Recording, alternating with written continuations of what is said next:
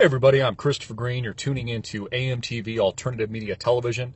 Please click the link below, support our sponsor, Powerful Products. That's powerfulproducts.com. Check out the Goal Zero Yeti series.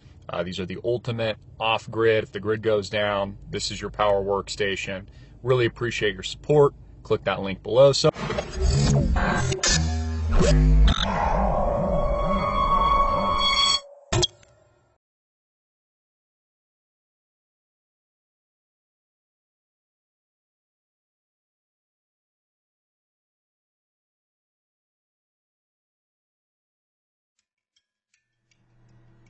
The greatest tragedy of the past several decades isn't the outright counterfeiting of our currency by the criminal private banks or the psychopaths that they employ.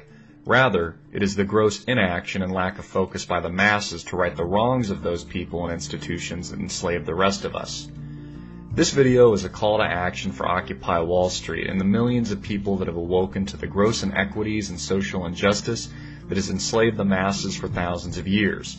Those hardworking and honest citizens of the world that continue to bear the brunt of massive forced transfers of wealth to the top 1%. Now, when we say the top 1%, we are talking about the real top 1%. This is not your neighborhood physician or businessman who's successful or happens to make a six-figure income. In fact, many of these people defend Occupy Wall Street, the movement, and there is nothing inherently wrong with personal success or making money. Rather, it is how you make it that we are concerned with. Specifically, we are speaking to those extremely powerful, secretive individuals that continue to directly and indirectly profit from the covert counterfeit operations of privately owned central banks around the world. This is critical because it is these same institutions that are directly responsible for the massive wealth redistribution and inequality that we experience today.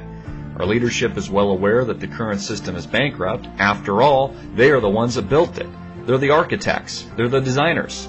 It wasn't the masses that created mortgage-backed securities, exotic debt instruments, derivatives, the securitization model, or even leverage.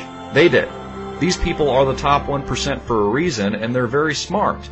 That's exactly why they took out an insurance policy prior to the stock market crash of 2008 and the collapse of global financial markets. So guess what their insurance policy was? You. This was the plan all along. Design the system to fail and intentionally bankrupt the masses while carefully redistributing the wealth to the top 1%. Once the people lose everything and begin to take to the streets, such as the case today, they will begin to deliver to you the solution to the problem they created in the first place. While the hardworking slaves lay asleep, these criminals have been divvying up the loot, planning the heists, and siphoning off trillions of dollars in the process. Now, when it becomes painfully obvious to the citizens of the world that the current system isn't working anymore, the next step will be to force austerity, cut millions of pensions and retirement accounts, and stop making payments altogether. No more unemployment checks, welfare, Social Security, or other social programs. They simply can't afford it. Remember, taxpayer bailouts were never intended to save the economy. The goal was to bankrupt it. And as Rome burns, the bailouts and stimulus will continue into infinity until our currency has literally been inflated beyond any reasonable use, and then the entire system will collapse. You'll be begging for a solution at this point, and they'll gladly give it to you. The gasoline has already been poured. All they need to do is light the match. Now, what I've just described to you is pretty obvious stealing, and it is also morally wrong. It has and will ruin millions of people's lives. People will go hungry. Some will die. Millions of people have already been sacrificed, and now that the masses have lost everything, they have begun to lose hope, and this is exactly where we sit today. This is Occupy Wall Street. Millions of people take to the streets as they continue to lose their homes, retirement accounts, pensions, 401ks, and life savings. Remember, this was the plan all along.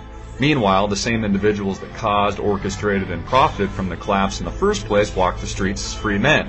They sail their yachts, play golf, sip fine wine, and buy their third and fourth home, many of them yours.